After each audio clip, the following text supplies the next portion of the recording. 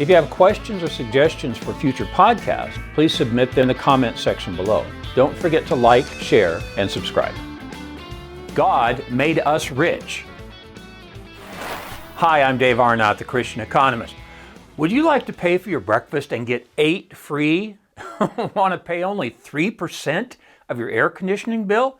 How about paying less than 5% of the retail price for a bicycle? Look, God has made us rich by making us creative. In His image and according to time price, you are getting those discounts on just about everything you buy. But first, how did we get here? Made in God's image. Where did creativity come from? Well, for the Christian, the answer is pretty simple. We were made in God's image. Another way of saying it is, we were created by the Creator to be creative.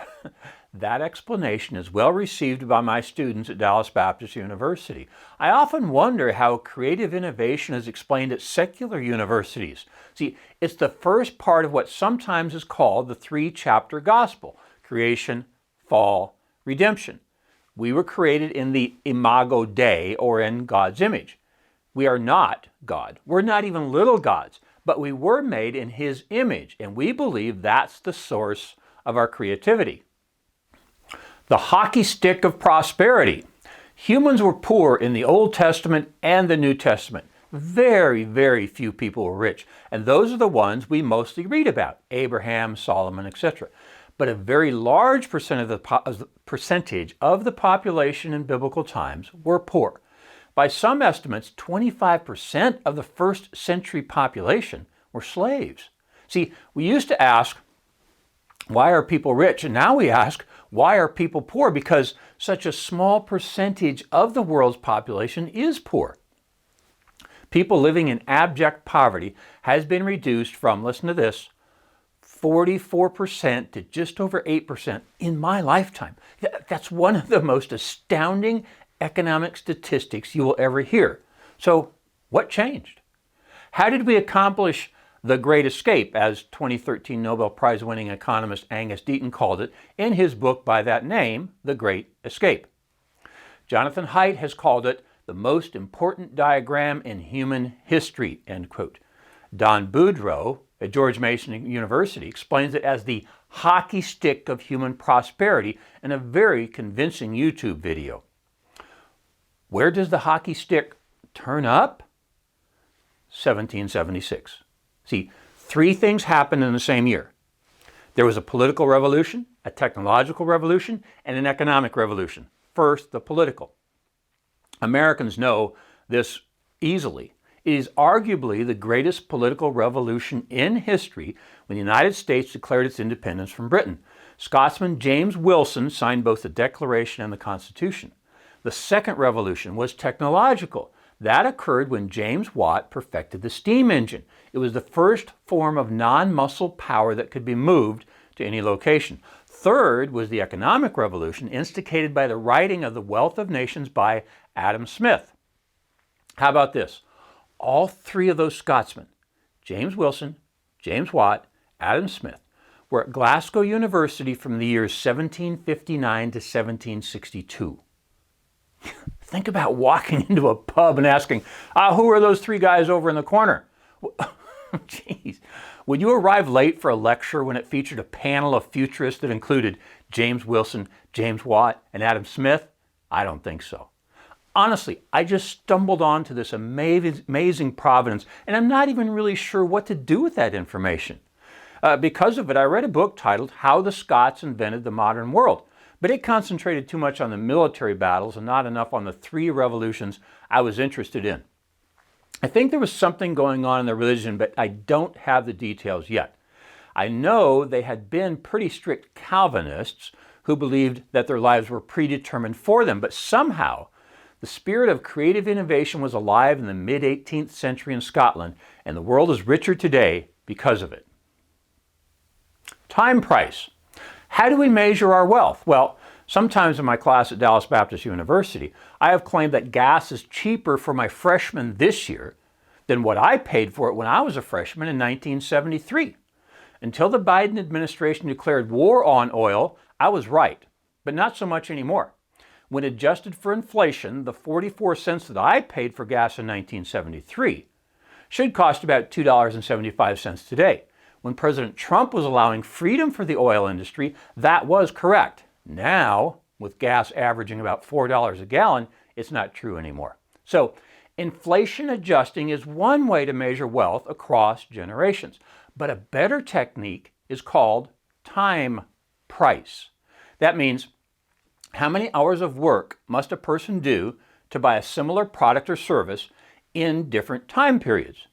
The most complete answer is provided in a book titled Superabundance by Marian Tupy and Gail Pooley. And then there are some other details by one of my favorite authors, George Gilder. He included it in a chapter on this topic in his latest book titled Life After Capitalism. Here are a few examples. Now, when you use the World Bank prices and the Conference Board's GDP and total hours worked, you can compare the time price of 50 commodities from the years 1980 to 2020. Look, that's only 40 years. The nominal price is up almost 52%, but the global average nominal wage is up more than 400%. So the average price of the 50 commodities fell by over 75% in those 40 years when you calculate it using time price. Wow, we're rich. A few other examples. In 1902, a hammer cost 53 cents, but blue-collar compensation was 15 cents an hour. When you do the math, on a time price scale, hammers today cost 18 times less than in 1902. Are you getting this?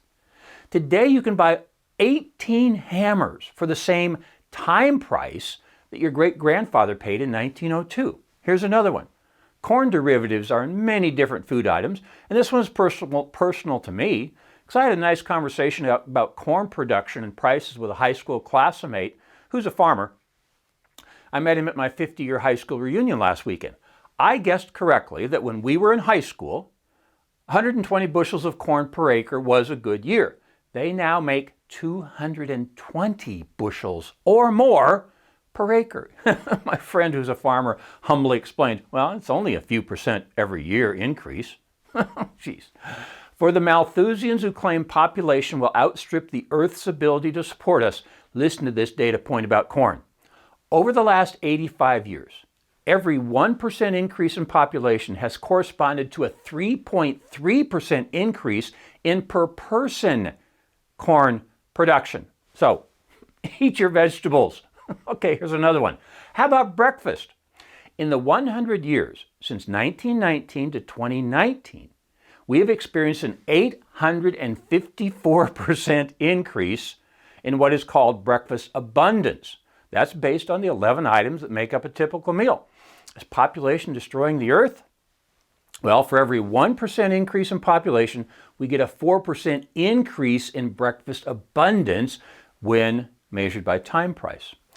How about bicycles? You can buy 21 more bicycles today with the same time price that your great-grandpa did in 1910. Said another way, a bike bought today costs less than 5% of what it cost just over 100 years ago. Okay, here's another one. My college students eat a lot of pizza, maybe because just since 1997, the time price has been cut in half. Okay, want to keep cool? For what costs an equivalent of $100 when Willis Carrier made the first commercially available air conditioner in 1902, today in time price, you pay $3. That's a 97% decrease in the price of cooling in just over 100 years. Airfare. Don't want to go all the way back to 1902 like we did for air conditioning? Okay, for airfare, let's drop a plumb line at 2016. Only 5 years later in 2021, you paid 38% less in time price. Flying abundance has been growing at a compound annual rate of over 10% a year. At this rate, we get twice as many flights every 7.22 years. What about the future? When I was a guest on the Fireside Chat with Dennis Prager, his closing question was whether I was an optimist or a pessimist. I answered, I'm the Christian economist. The economist in me is a pessimist. The Christian in me is an optimist. When we understand the powerful nature of our aggregated creativity that we inherited by being created in God's image, it gives us hope. This week, the students in my economics class at Dallas Baptist University were working in small groups. I wondered aloud if there was the equivalent of James Wilson, James Watt, and Adam Smith in one of those groups. Only God knows. But all of them were made in the image of God, just like those three Scots. I'm Dave Arnott, the Christian Economist. Fear God, tell the truth, earn a profit. See you next time. For more information, please visit us online at davearnott.com. If you have questions or suggestions for future podcasts, please submit them online or in the comments section below. Don't forget to like, share, and subscribe.